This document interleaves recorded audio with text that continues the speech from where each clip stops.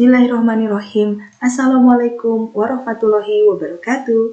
Hai sahabat klinik kimia, senang sekali Bu Murni dapat menjumpai sahabat kembali di channel YouTube Aurum Ramadhani di program Klinik Kimia, Cara Asik Belajar Kimia.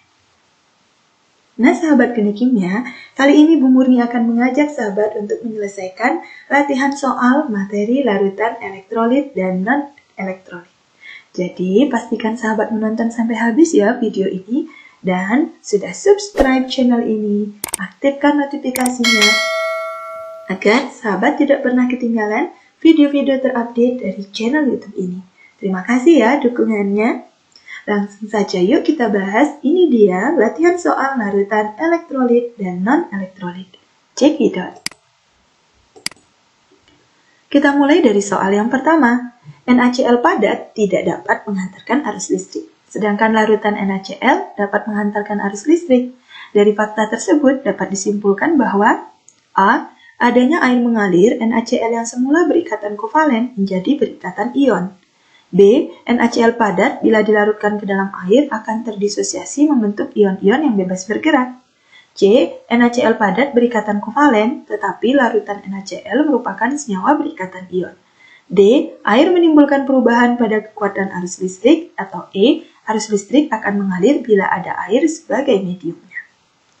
Nah, sahabat klinik kimia, kata kunci di sini adalah NaCl. Nah, kita ketahui bahwa NaCl ini adalah senyawa garam dapur, jadi dari golongan garam. Nah, senyawa-senyawa yang membentuk garam itu biasanya berikatan ionik. Jadi NaCl ini ikatan awalnya adalah ikatan ionik. Makanya NaCl itu adalah senyawa ionik. Nah, NaCl dalam kondisi padat dia tidak dapat mengantarkan arus listrik karena ion-ionnya masih terikat kuat di dalam kisi kristalnya. Jadi tidak ada ion-ion yang bebas bergerak. Tetapi ketika NaCl dalam bentuk padat ini kita larutkan ke dalam air, maka dia akan menjadi larutan NaCl. Nah, di dalam air, NaCl ini terjadi gaya ion dipol antara molekul NaCl dengan molekul air. Sehingga terjadi proses yang namanya disosiasi atau penguraian. Nah, NaCl ini akan terurai menjadi ion-ionnya, yaitu ion Na positif dan ion Cl negatif. Nah, dihasilkannya ion-ion inilah yang nanti menjadi pembawa muatan sehingga larutan NaCl itu dapat menghantarkan arus listrik. Jadi jawaban yang benar adalah B.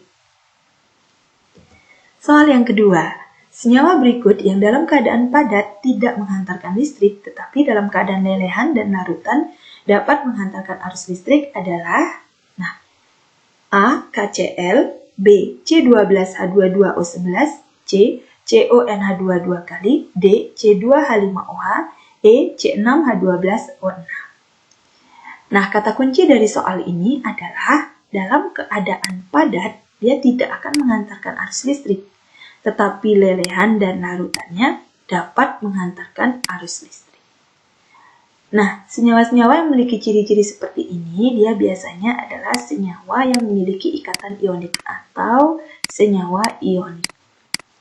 Jadi kalau senyawa ionik itu dalam keadaan padat, ini tidak menghantarkan arus listrik. Dia akan menghantarkan arus listrik dalam kondisi lelehan dan larutan. Nah, kita memilih sekarang antara option A, B, C, D, E, manakah senyawa ionik. Ingat, senyawa ionik adalah senyawa yang terbentuk karena adanya ikatan ionik ya. Di mana ikatan ionik itu adalah ikatan yang terjadi antara kation dan anion akibat gaya elektrostatik. Berarti harus ada kation dan harus ada anion. Biasanya kation itu akan dihasilkan dari logam. Logam-logam yang melepaskan elektronnya. Sementara anion itu biasanya cenderung terjadi dari unsur-unsur non-logam yang untuk stabil dia akan menangkap elektronnya. Nah, kalau kita perhatikan option A ini, kalium itu adalah logam, jadi dia akan melepaskan elektronnya untuk kation, yaitu kation K+, sementara Cl itu adalah non-logam, membentuk anion, yaitu anion Cl-. Nah, di sini sudah kita temukan bahwa KCl ini adalah berikatan ionik, sehingga KCl adalah salah satu contoh senyawa ionik yang nanti dalam keadaan padat dia tidak menghantarkan listrik, sementara kalau dilelehkan dan dilarutkan ke dalam air, dia akan dapat menghantarkan arus listrik. Jadi jawabannya A. Sementara option B, C, D, E semuanya berikatan secara kovalen karena rata-rata tersusun dari unsur-unsur non-logam. Nah, kalau dia senyawa kovalen yang dapat menghantarkan arus listrik hanya dalam wujud larutannya saja. Soal yang ketiga, dua larutan A dan B diuji dengan alat uji elektrolit. Lampu alat uji menyala ketika menguji larutan A. Menyala ya untuk larutan A. Dan terdapat banyak gelembung gas. Sedangkan ketika larutan B diuji, lampunya tidak menyala, tetapi ada gelembung-gelembung gas pada elektrodenya. Dari pengamatan tersebut dapat disimpulkan bahwa A, larutan A elektrolit kuat dan larutan B non-elektrolit. B, larutan A non-elektrolit dan larutan B elektrolit kuat. C, jumlah ion pada larutan A lebih banyak daripada jumlah ion pada larutan B. D, jumlah ion pada larutan A lebih sedikit daripada jumlah ion pada larutan B. E, jumlah ion dalam kedua larutan yang tidak dapat dibandingkan. Nah, sekarang kita lihat A, indikasi lampunya menyala dan ada gelembung gas banyak gitu ya. Berarti kalau kita lihat indikatornya ini, maka larutan A itu adalah elektrolit kuat. Karena salah satu ciri dari larutan elektrolit kuat adalah banyak gelembung-gelembung gas dan lampunya menyala. Biasanya menyala terang. Sementara yang B, larutan B itu tidak menyala lampunya ya, tetapi ada gelembung. Ini menandakan bahwa larutan B adalah elektrolit lemah. Nah, jadi indikator kalau elektrolit lemah itu bisa jadi lampunya tidak menyala atau menyala redup, tetapi ada gelembung gas ya, sedikit gelembung gas. Nah, dari sini kita bisa analisis A, B, C, D ini. Jika A, larutan A elektrolit kuat dan larutan B non-elektrolit. Nah, ini salahnya di sini ya. B itu adalah elektrolit lemah, sehingga option A ini keliru. B, larutan A non-elektrolit, larutan B elektrolit kuat. Ini juga sangat keliru karena A itu adalah elektrolit kuat.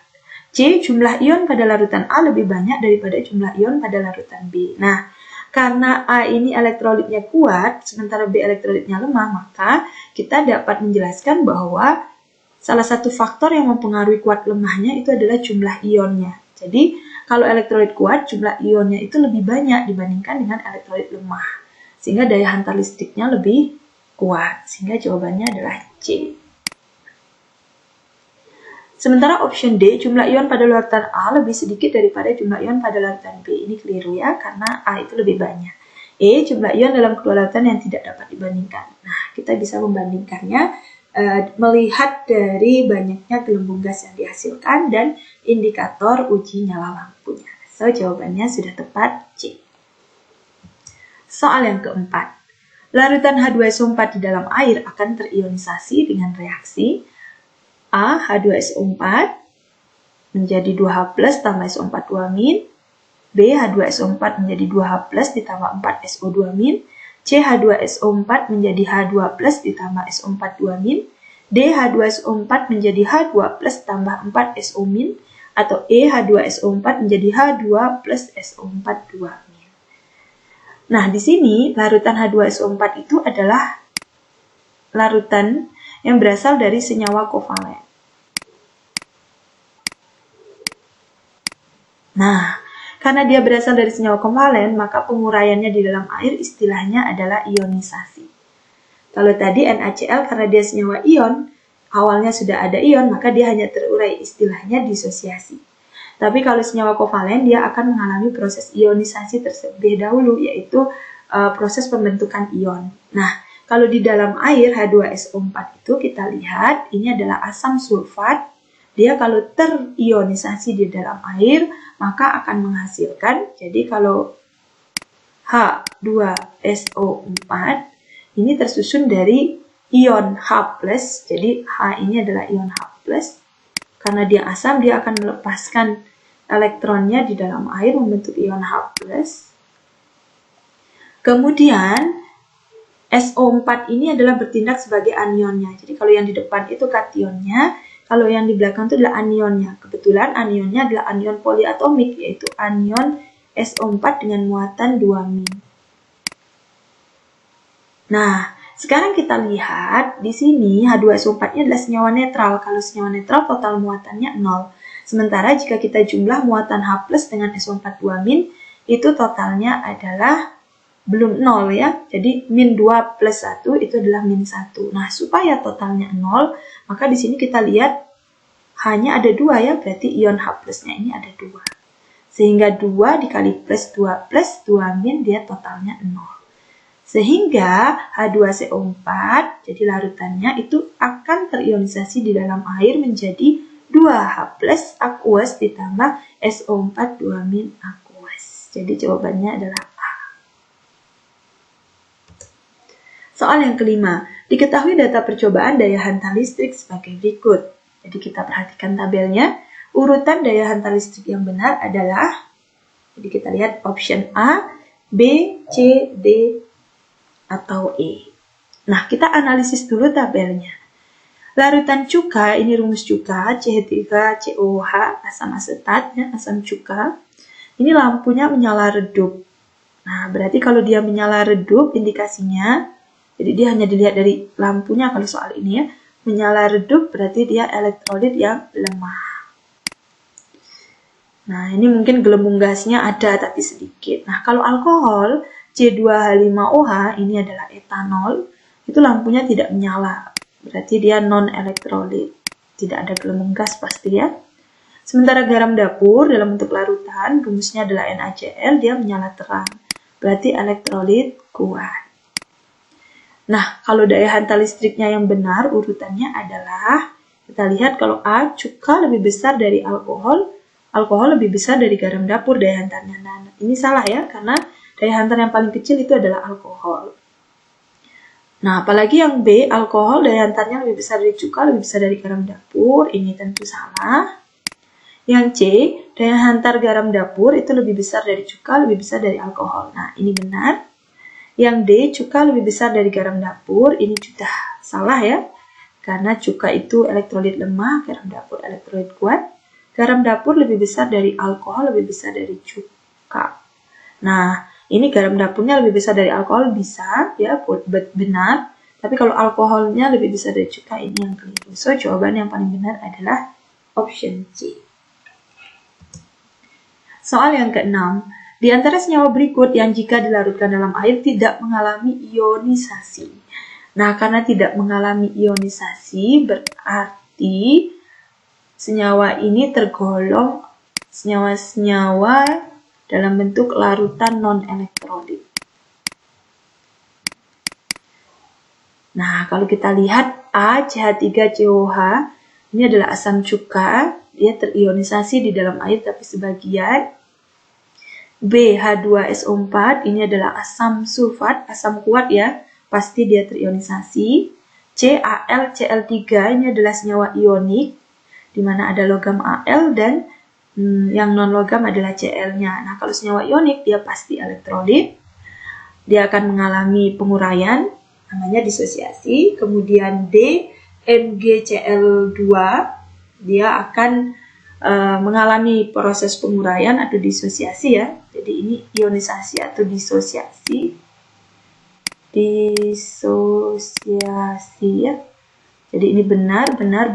Nah, yang E ini adalah molekul dari gula ya, atau sukrosa, di mana C12H22O11 ini dia di dalam airnya, meskipun dalam bentuk larutan, dia tidak akan mengalami ionisasi ya, jadi tidak terionisasi.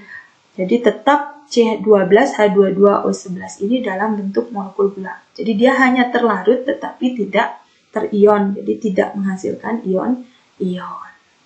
Jadi jawabannya adalah E. Nah, soal yang ketujuh, kelompok larutan elektrolit yang berupa senyawa ion adalah, kita lihat A, NaCl, HCl, CH3COH, B, NaCl, MgCl2, CaBr2, C, K2SO4, CH3COH, NaCl, DKNO3, NaBr, NH3, E, H2SO4, HCl, dan NH3.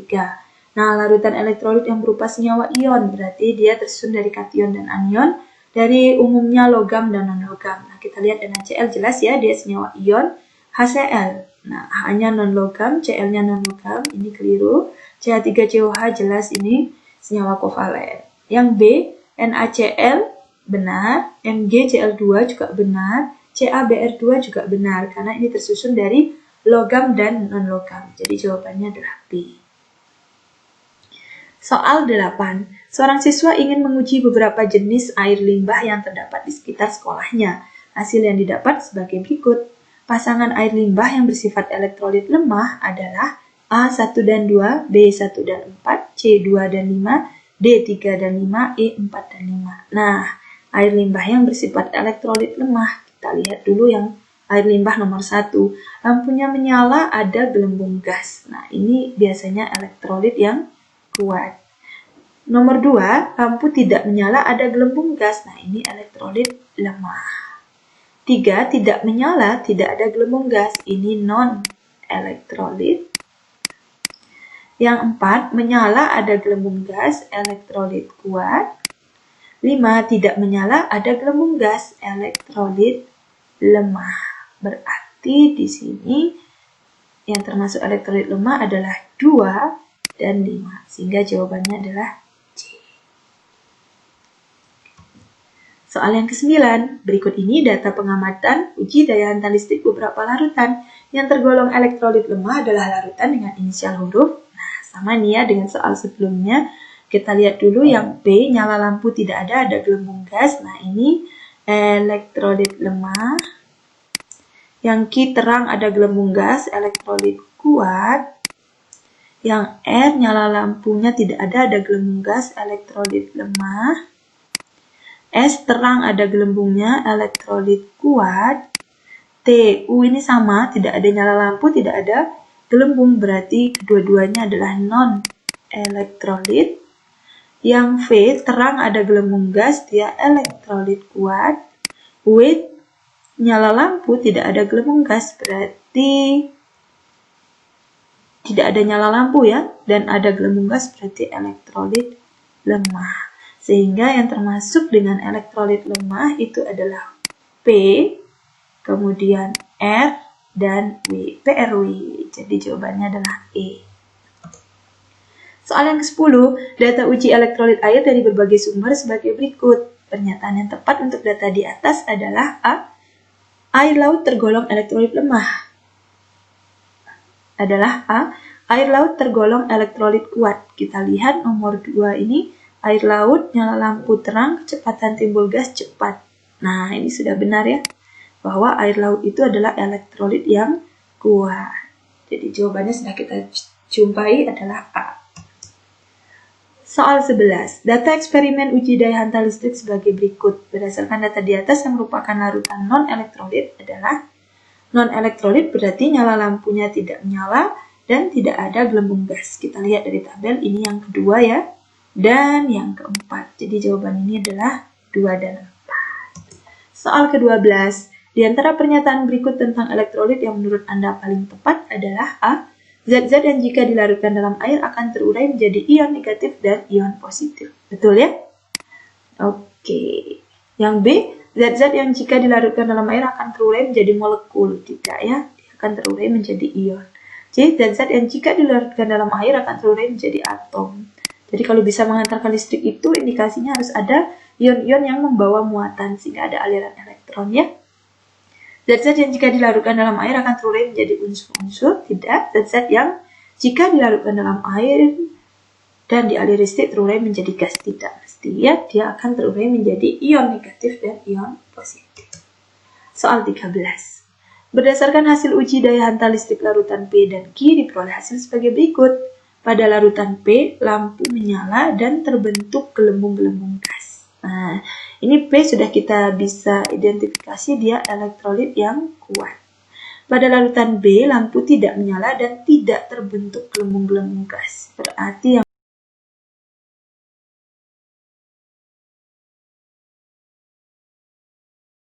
larutan Ki ya, maksudnya ini. Ki ini berarti dia non-elektrolit. Kesimpulan yang tepat dapat ditarik dari data tersebut adalah A. Larutan P adalah non-elektrolit. Ini elektrolit kuat, berarti sudah salah ya. Ini salah. B. Larutan Ki adalah elektrolit karena tidak menghasilkan gelembung gas. Larutan Ki itu adalah non-elektrolit, jadi sudah salah. C. Larutan P adalah non-elektrolit karena terurai menjadi ion-ion menyalakan lampu. P itu adalah elektrolit, berarti sudah salah. D. Larutan Ki adalah non-elektrolit karena tidak terurai menjadi ion-ion sehingga lampu tidak menyala. Betul ya? E. Larutan P adalah elektrolit lemah karena mudah larut dalam air. Nah, tidak mudah ya. Dan dia elektrolit kuat, bukan elektrolit lemah. Sehingga jawabannya adalah D.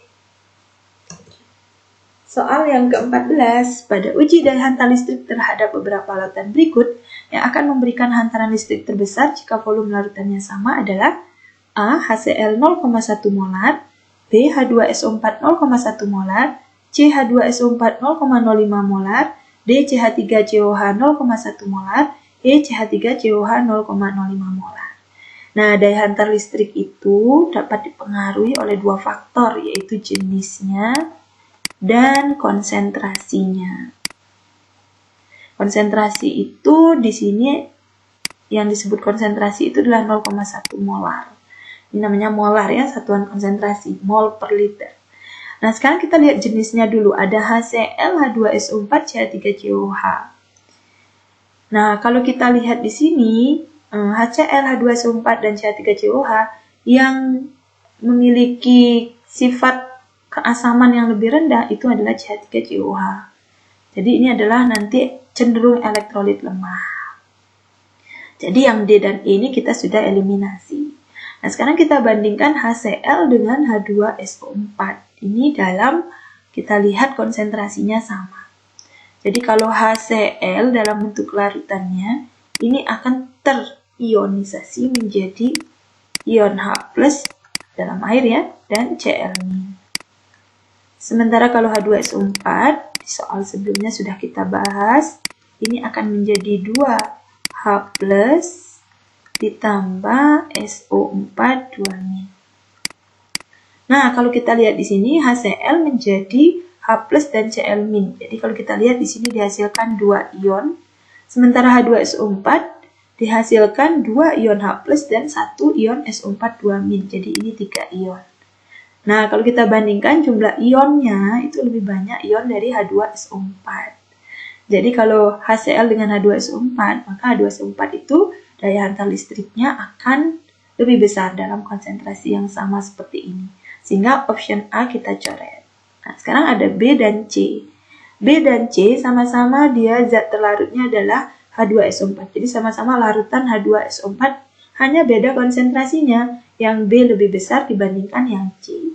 Makin besar konsentrasinya, makin banyak jumlah partikelnya, makin banyak ion-ion yang dihasilkan, dan makin tinggi daya hantar listriknya. Makin besar ya, sehingga jawabannya adalah B. Soal yang terakhir, hasil percobaan uji daya hantar listrik beberapa larutan dalam kehidupan sehari-hari dengan konsentrasi yang sama dapat dilihat pada gambar berikut. Secara berturut-turut, manakah di antara kelompok larutan-larutan berikut yang memiliki sifat sama dengan ketiga larutan di atas? Nah, ini soal yang terakhir, itu yang ke-15 ya. Yang A kita lihat di sini tidak menyala, tidak ada gelembung gas. Berarti yang A ini adalah nanti larutan non-elektrolit. Yang B ini adalah larutan elektrolit lemah karena redup dan gelembungnya sedikit. Nah, yang ini, yang C, dia adalah elektrolit kuat. Karena nyala lampu terang, gelembungnya banyak. Sekarang kita diminta memprediksi kira-kira mana larutan berikut yang dimasukkan ke dalam A, B, atau C. Jadi yang dengan konsentrasi yang sama ya. Misalnya nomor A, larutan urea. A itu adalah larutan urea, benar karena non-elektrolit. Yang B itu larutan kapur sirih, larutan CaO ya. Kemudian yang C itu asam cuka. Nah, ini kelirunya di asam cuka sama kapur sirih ya. Asam cuka itu adalah elektrolit lemah. Jadi dia hanya terionisasi sebagian. Jadi kelirunya adalah posisi dari asam cuka dan kapur sirih. Harusnya asam cuka dulu baru kapur sirih. Nah yang B, yang A itu larutan kapur sirih ini tidak mungkin karena kapur sirih itu adalah senyawa ionik ya, CaO, sehingga dia dilarutkan dalam air dia akan terdisosiasi menghasilkan ion-ion. Jadi tidak mungkin A karena A ini adalah non elektrolit. Yang C, A itu adalah larutan asam sulfat, tidak mungkin ya. Asam sulfat adalah asam yang kuat dan dia akan terionisasi di dalam air menghasilkan ion H+ dan SO4 2-. Sehingga dia termasuk elektrolit. Kalau disebut A non elektrolit ini sudah salah. D, A itu larutan urea, benar ya. B itu larutan asam cuka, kemungkinannya benar karena asam cuka adalah elektrolit lemah. C, elektrolit kuat, contohnya adalah asam sulfat, benar. Jadi jawabannya adalah D. Oke sahabat teknik kimia, itulah tadi beberapa pembahasan soal tentang larutan elektrolit dan non-elektrolit. Semoga bermanfaat ya. Mohon maaf bila ada kekurangan. Jika berkenan dan bermanfaat, mohon untuk like, comment, share, dan subscribe channel ini agar Bu Murni semakin semangat lagi untuk menyajikan konten-konten terutama seputar pembelajaran kimia. Terima kasih. Bu Murni akhiri. Wassalamualaikum warahmatullahi wabarakatuh. Have a nice day and see you.